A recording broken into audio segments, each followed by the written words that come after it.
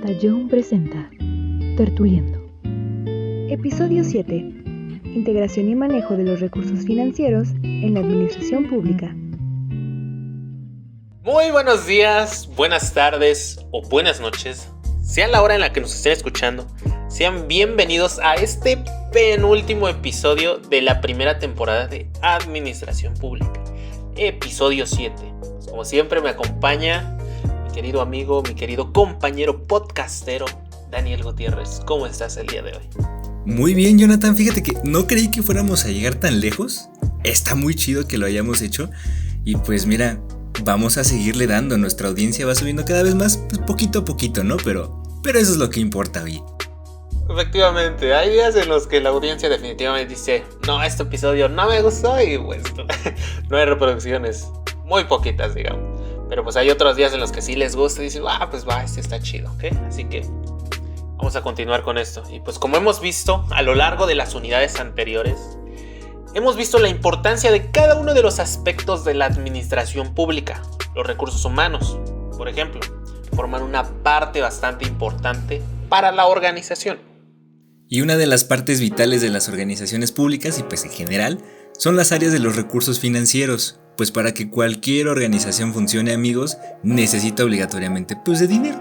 Por eso el día de hoy hablaremos sobre el tema de la integración y el manejo de los recursos financieros en la administración pública. Y si recordamos, en episodios pasados hemos hablado sobre el Plan Nacional de Desarrollo, entre otro de todos los programas que deben entregar las organizaciones públicas, están también los proyectos presupuestales. Entonces, pues siguiendo esta lógica, tanto los organismos de administración pública centralizada y las paraestatales deben de tener sus presupuestos anuales listos para poder ejecutar los programas sectoriales, los institucionales, regionales y especiales, todo lo que hemos visto. Efectivamente, y la encargada de coordinar todas las funciones financieras de la administración pública es nuestra queridísima Secretaría de Hacienda y Crédito Público, que de acuerdo al artículo 31 de la Ley Orgánica de la Administración Pública Federal, esta dependencia se encarga de los siguientes asuntos. Pues como algunos, puedes proyectar y calcular los ingresos de la Federación, estudiar y formular los proyectos de leyes y disposiciones fiscales, proyectar y calcular los egresos del gobierno federal, entre muchos otros. Ahora, cabe aclarar que existen bastantes procesos con las normativas pues que rigen la administración de estos recursos, así que vámonos pasito a pasito. Pues lo primero que nos encontramos es la programación y la presupuestación hacendaria. Y antes de entrar en el tema de los procesos, que bien podríamos considerarlo mejor como un ciclo, es bueno recordar que como en toda la administración pública existe una serie de disposiciones jurídicas que regulan todo este show. Estas son leyes reglamentarias, disposiciones complementarias y otros ordenamientos. Como ley reglamentaria tenemos a la Ley Federal del Presupuesto y Responsabilidad Hacendaria, como disposición complementaria a la Ley General de Contabilidad Gubernamental, y en otro ordenamiento podría ser el Manual Administrativo de Aplicación General en materia de recursos financieros. Y ya que les dimos una breve recordada a todas estas cosillas legales, pues regresemos a la programación y presupuestación. Como ya se había mencionado, esto es considerado como la primera parte de todo un ciclo. Aunque antes de estos dos pasos está uno que nos acompaña desde hace ya un tiempo. La planeación podría ser considerada como la primera parte de este ciclo presupuestario. ¿Pero por qué? Bueno, esto es fácil, porque debemos recordar que todo está ligado al Plan Nacional de Desarrollo. Entonces, si todo lleva una previa planeación, esto no se trata solo de gastar por gastar. Entonces, esta planeación consiste en saber cuánto dinero tendrá el gobierno federal para el gasto público, además de saber en qué se gastará y cómo se van a rendir las cuentas a los ciudadanos y a todos sobre este mismo gasto. Ok, entonces ahora si pasamos a la segunda y tercera parte de este ciclo, la programación y presupuestación bien pueden ser entendidos como solo un concepto, pues en la práctica se conoce como el presupuesto programático. Este debe poseer tres características esenciales, las cuales es definir tareas, acciones y proyectos específicos, asimismo como señalar a los responsables de la ejecución de estas tareas, y finalmente se debe calcular el costo de cada programa que se considerará. Ahora, partiendo de que el término de plan solo se usa para el Plan Nacional de Desarrollo y solo puede usarlo la Secretaría de Hacienda y Crédito Público, podemos inferir que todo lo que tenga que ver con presupuestos llevará el título de programa, así como lo hemos visto en los otros capítulos. Entonces, por ende, podríamos llamar esto el programa presupuestario. Ok. Volviendo al proceso de programación del presupuesto, este integra la iniciativa de ley de ingresos y el proyecto de presupuestos de egresos de la Federación, lo que es igual a cuánto dinero es necesario recaudar y cómo se propone distribuir estos recursos respectivamente. Tanto la iniciativa como el proyecto, así como los criterios generales de política económica, forman lo que pues normalmente llegamos a escuchar y a conocer como el paquete económico del año que corresponde, o bien del ejercicio anual. Ahora, este paquete también tiene fechas establecidas en donde se debe elaborar y entregar, y es conforme al artículo 22 del reglamento de la Ley Federal del Presupuesto y Responsabilidad Hacendaria, LFPRH, que nos dice que el calendario de actividades de la programación y del presupuesto es el siguiente. De enero a marzo es la formulación de los escenarios de gasto y programas prioritarios. Asimismo, de enero a junio es la etapa de programación. De abril al 15 de junio es la integración del informe del avance físico y financiero de los programas presupuestarios. De junio a julio son las etapas de presupuestos. Nos pasamos casi al final de junio a agosto, es la elaboración de integración del proyecto de presupuestos de egresos. Y finalmente en septiembre tenemos que a más tardar el 8 de dicho mes, el Ejecutivo Federal envía a las cámaras de diputados el proyecto de presupuestos de egresos. Mientras que estos son pasos para la elaboración y para la presentación. Para la conclusión y la aprobación de estas actividades nos vamos a referir al artículo 42 de la Ley Federal de Presupuesto y Responsabilidad Hacendaria, en donde se indican las siguientes fechas. A más tardar, el 20 de octubre se debe de aprobar la Ley de Ingresos por la Cámara de Diputados. Posteriormente, a más tardar, el 31 de octubre se debe aprobar la Ley de Ingresos, pero por la Cámara de Senadores. Pasándonos a noviembre, en donde más o menos por el 15 se debe de aprobar el presupuesto de egresos por la Cámara de Diputados, y después, 20 días naturales después de aprobado lo anterior, se publica la Ley de Ingresos y el presupuesto de egresos de la Federación, ¿en donde más? En el Diario Oficial de la Federación. Y así es como podemos ver todo lo que contempla el proceso de la planeación presupuestaria. Es importante y sobra decir que este proceso es fundamental para toda la planeación hacendaria, ya que dan el camino que seguirá en cuanto al uso de estos presupuestos. Aunque esto no termina aquí, pues existen también leyes especiales que ayudan a la captación de dinero que se usará como presupuesto. Y tanto la Ley de Ingresos como el presupuesto de egresos de la Federación son dos importantes procesos dentro de la programación del presupuesto, mientras que el primero tiene que ver con la recaudación y los mecanismos para obtener los recursos financieros, el segundo tiene que ver con su distribución y su destino. La idea del presupuesto programático es que lo que se planea gastar en un año o ejercicio fiscal corresponda a lo previsto a los ingresos anuales. Ahora, existen muchos ejemplos para explicar estas leyes. La noticia siguiente nos dará pie a esta explicación. Básicamente se titula que el gobierno prevé 336.500 millones de pesos de ingreso extra en el 2021. Y dentro de toda esta noticia podemos destacar que la Secretaría de Hacienda y Crédito Público previó este dinero extra aun cuando se tenía la Ley de Ingresos de la Federación en el 2021. En otras palabras, como podemos ver, incluso cuando existe una planeación de por medio, las cosas no siempre salen como queremos, pues hay veces como esta en donde existen sobras de dinero. ¿Podrá suceder lo contrario? Pues yo esperaría que no, pero mejor no retemos a nuestro querido México mágico. Amigos, una vez que ya tenemos comprendida la primera etapa, tenemos que enfocarnos en cómo se va a gastar este presupuesto en las distintas entidades. Legalmente se tiene un periodo que abarca del 1 de enero al 31 de diciembre del año en que se aprobó el presupuesto. En otras palabras, se tiene un año para poder poner en marcha el ejercicio de este gasto público. Durante la realización de este ejercicio, quienes ejercerán este gasto deben cerciorarse de que se cumpla el uso de este en lo que se estableció en el programa que se entregó. Para ello, deben de contar con sistemas de control para la programación, la presupuestación, ejecución, registro e información del gasto, observando siempre criterios como lo son la legalidad, la honestidad, eficiencia, eficacia, economía, racionalidad, austeridad, transparencia, control, rendición de cuentas y equidad de género conforme lo establece el artículo 1 de la Ley Federal del Presupuesto y Responsabilidad Hacendaria. Ok, ahora, para poder lograr esto se debe contar con ciertas características que deben impactar sí o sí en toda la organización que planea usarlos. Hablamos de la austeridad y disciplina.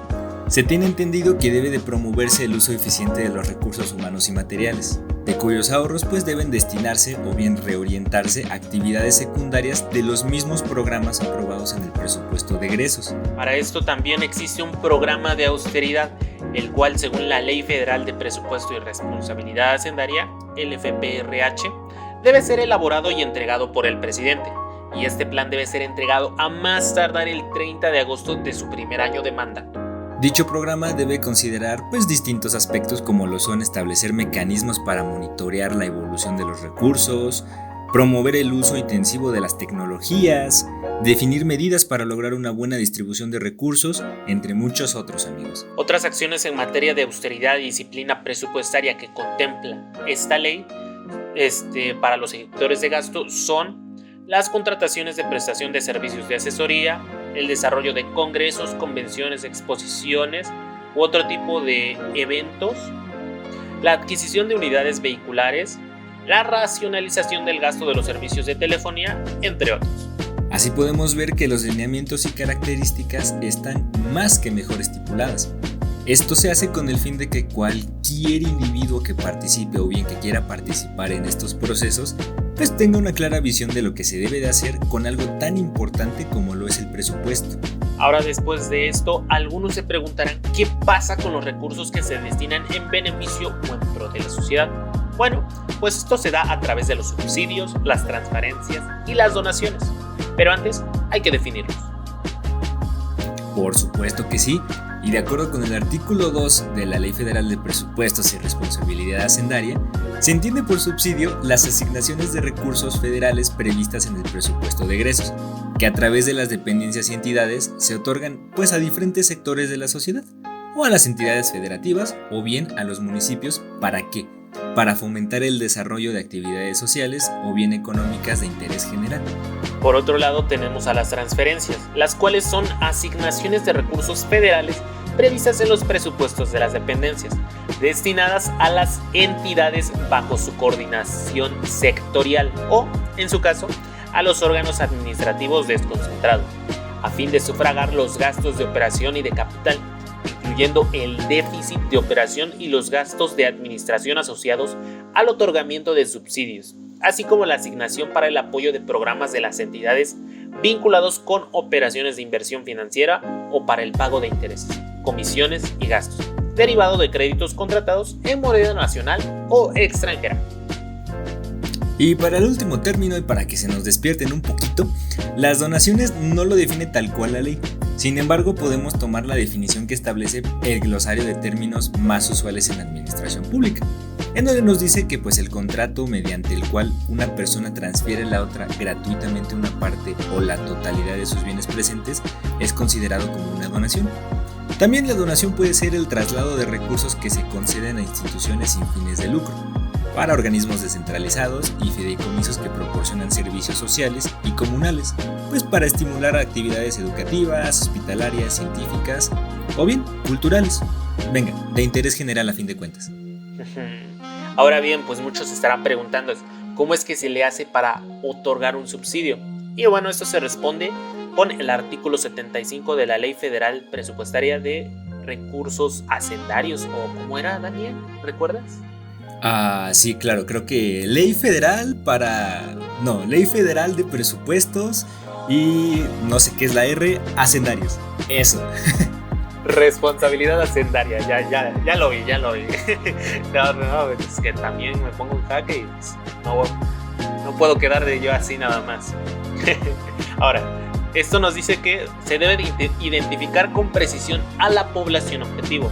Se deben de prever montos máximos por beneficiario y porcentaje del costo total del programa.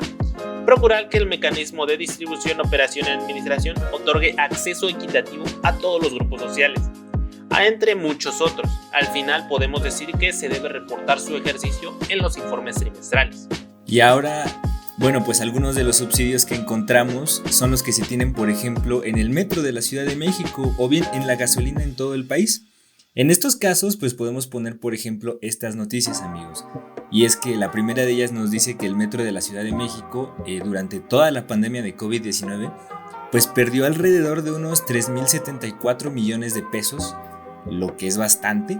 Y pues no sé si tú sepas, Jonathan, pero yo recuerdo que el subsidio que daban ahí en el metro, al menos con los usuarios que compraban los boletitos o bien las tarjetitas, era más o menos del 50%, según yo. Es decir, tú pagabas 5 pesos para el metro y el gobierno te ponía los otros 5, iba de su bolsillo para que pudieras usarlo. Efectivamente, bueno, al menos yo, como no tengo un metro acá en Oaxaca, pues no te puedo decir, es que ese subsidio lo conozco a la perfección, pero sí he escuchado cosas así. Y mira, como mencionas, la noticia, aunque pues esta por el 2020 por la pandemia se vio afectada, ese subsidio ayuda para que nosotros como pasajeros de este transporte pues no paguemos muchísimo más dinero del que debamos. Claro, exactamente. Y algo chistoso, amigos, es que, bueno, realmente esta información no es muy verídica, pero tenemos entendido que al menos los transportes de otros estados, llámese el del Estado de México, no cuentan con estos subsidios. Es por eso que son precios tan altos. Aunque debemos de repetir, no tenemos tanta certeza de esta información. Así que mira, ¿te parece si pasamos a la siguiente noticia? Okay. La cual es la de la gasolina, en donde México sube el subsidio fiscal en gasolinas a su mayor nivel en casi 3 años. Recordemos que últimamente pues las gasolinas han estado subiendo o bajando de precios de una manera muy loca. Recuerdo que hace 10 años costaba como 9 pesos el litro. Entonces, amigos, esto es una cosa muy extraña, pero es un buen ejemplo para pues mostrarles que sí existen los subsidios y no son los papás. Efectivamente, estos subsidios pues de alguna manera, aunque los precios estén elevándose poco a poco, sirve para que no se disparen aún más de lo que debería. Así que pues si se preguntan si existen, sí existen. Si se apliquen de manera adecuada, pues quién sabe, ¿no?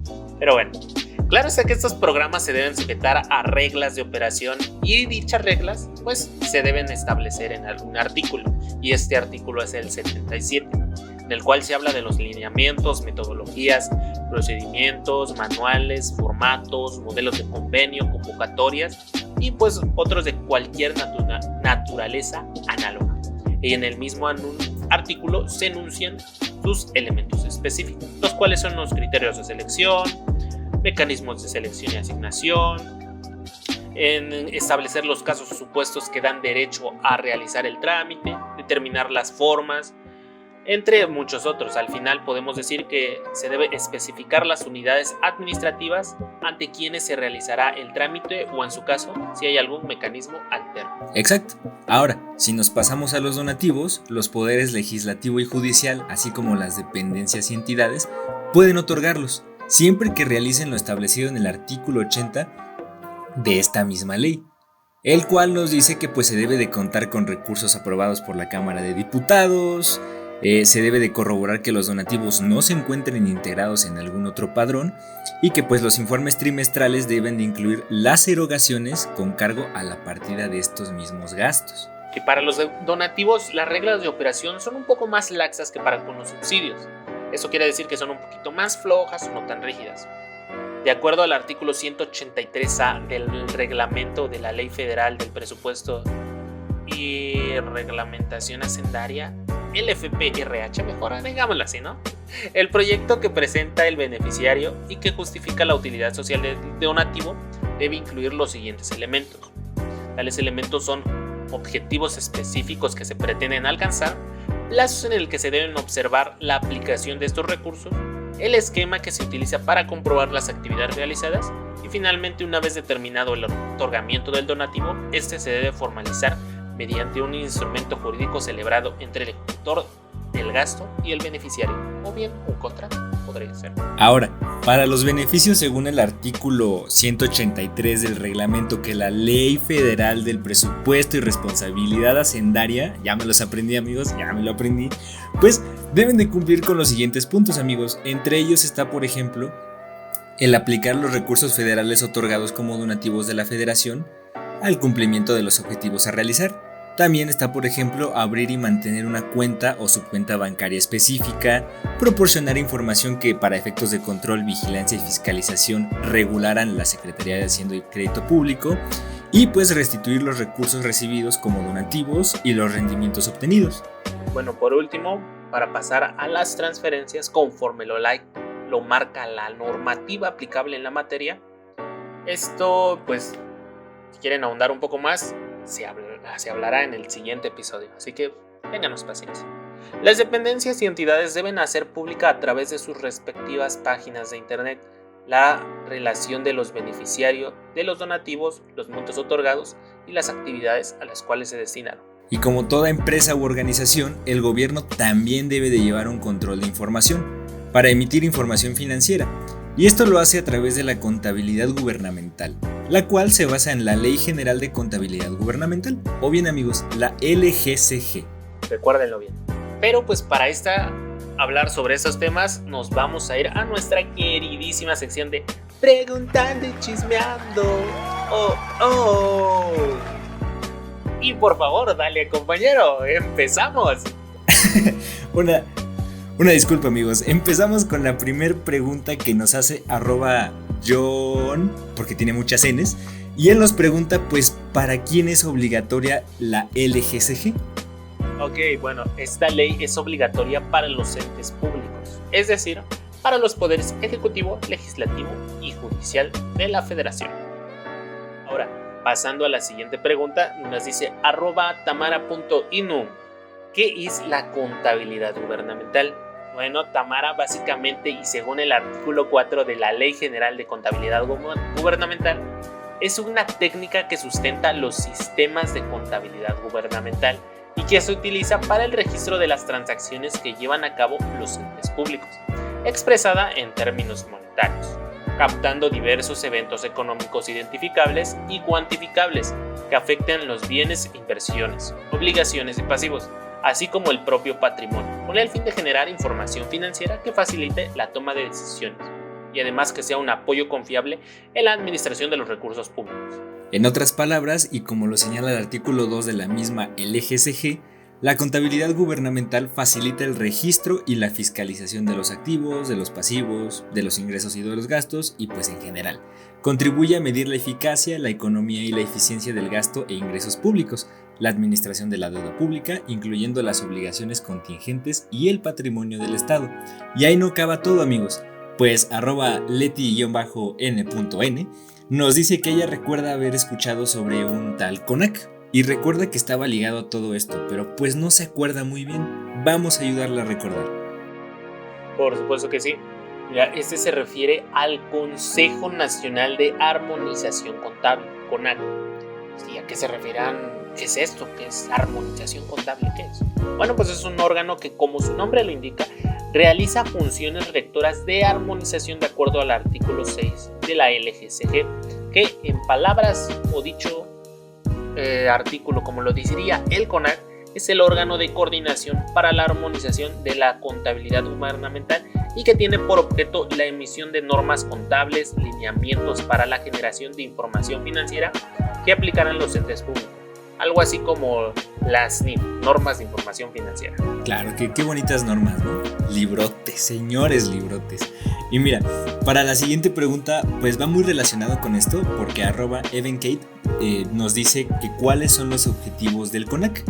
Y pues la verdad es que son varios estos objetivos, pero vamos a mencionar algunos como por ejemplo pues que facilitan la toma de decisiones con información veraz, que además pues permiten la adopción de políticas para el manejo eficiente del gasto, atienden requerimientos de información de los usuarios en general sobre todas las finanzas públicas y también permiten una efectiva transparencia en la rendición de cuentas que tanta falta nos hace amigos. Ok, y para estas últimas preguntas tenemos que @davidipshiba_ríos nos pregunta ¿qué es el sistema de contabilidad gubernamental y cuál es su estructura? Bueno, empezando por la primera, el sistema de contabilidad gubernamental o SGC es un sistema que busca generar estados financieros confiables, oportunos, comprensibles, periódicos y comparables, los cuales son expresados en términos monetarios. Su estructura va más o menos así. Primero tienen un plan de cuentas, después tienen un clasificador presupuestario armonizado, en donde pues se divide por ingresos, por gastos, etc. Posteriormente tenemos los momentos contables, las matrices de conversión, normas contables en general, libros principales y registros auxiliares y manuales de contabilidad, en donde está pues por ejemplo el plan de cuentas o la lista de cuentas, los instructivos de mandos de cuentas, entre muchos otros. Y para finalizar este episodio, y después de toda esta gran información, nos vamos a la última sección de Administra datos. Son datos tremendos, datos tremendísimos. Ahora, Jonathan, ¿sabías que hay que hacer una evaluación del patrimonio del Estado que se establece en el Manual de Contabilidad Gubernamental, que es elaborado por el CONAC y que establece que se deben de registrar inmuebles, muebles y otros bienes que la CONAC determine? Ok, bueno, también es importante saber que los gobiernos deben integrar estados financieros y estos se deben integrar según la LGCG desde un punto de vista de un orden federal.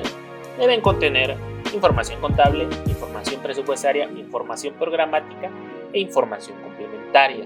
Ahora, para el orden estatal, en la medida de lo posible, deben producir la misma información que la federación, con excepción, claro, de la información contable de la deuda y otros pasivos. Para sufragar este renglón, el artículo 47 de la LGCG establece que los estados lo deben desagregar de la siguiente forma: con un estado analítico de la deuda, con un endeudamiento neto y con intereses de la propia deuda. Y finalmente, para el orden local, debe integrarse información contable como los estados básicos de información financiera, como estado de resultados, estado de cambios en el capital, así como integrar información presupuestaria, estados analíticos de ingresos y estados analíticos del ejercicio del presupuesto de egresos. Por último, cabe mencionar que existe un equivalente en esta contabilidad gubernamental a lo que conocemos como el informe de gobierno, y esta es la cuenta pública, la cual permite verificar el cumplimiento de los objetivos de los programas gubernamentales para evaluar los resultados de la gestión financiera. La cuenta pública es entregada a la Cámara de Diputados y también es revisada por la Auditoría Superior de la Federación. Ok, finalmente, como último dato, el ciclo presupuestario se compone y se conoce de la siguiente manera: planeación, programación, presupuesto, ejercicio, seguimiento del ejercicio, la evaluación y la rendición de cuentas. Ahora, amigos, cabe recordar que todo esto que mencionó Jonathan es lo que vimos a lo largo de todo el episodio. No es más que un proceso o bien un ciclo, el cual pues ayuda en muy gran medida a poder tener una buena rendición de cuentas. ¿En dónde más? En el ámbito presupuestario, que es tan importante aquí y en China, amigos.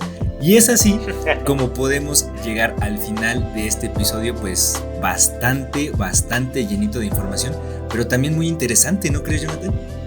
Definitivamente este es uno de los episodios más largos. Yo creo que va a ser el episodio más largo de esta primera temporada. O ya veremos en el otro, o ya lo verán. Pero definitivamente es uno de los que más he disfrutado. ¿Por qué? Porque habla sobre presupuestos, gastos, ingresos, o sea, básicamente dinero, el billullo, lo que nos compete. Exactamente, amigos. Y pues miren, no nos queda más que decir que pues gracias por habernos escuchado hasta aquí, que nos vemos la próxima semana, claro que sí. Bueno, nos escuchamos la próxima semana con más tertulia, mis amigos, y hemos terminado. Nos vemos, hasta la próxima. Una producción de Daniel Gutiérrez y Jonathan Ruiz, Tertuliendo.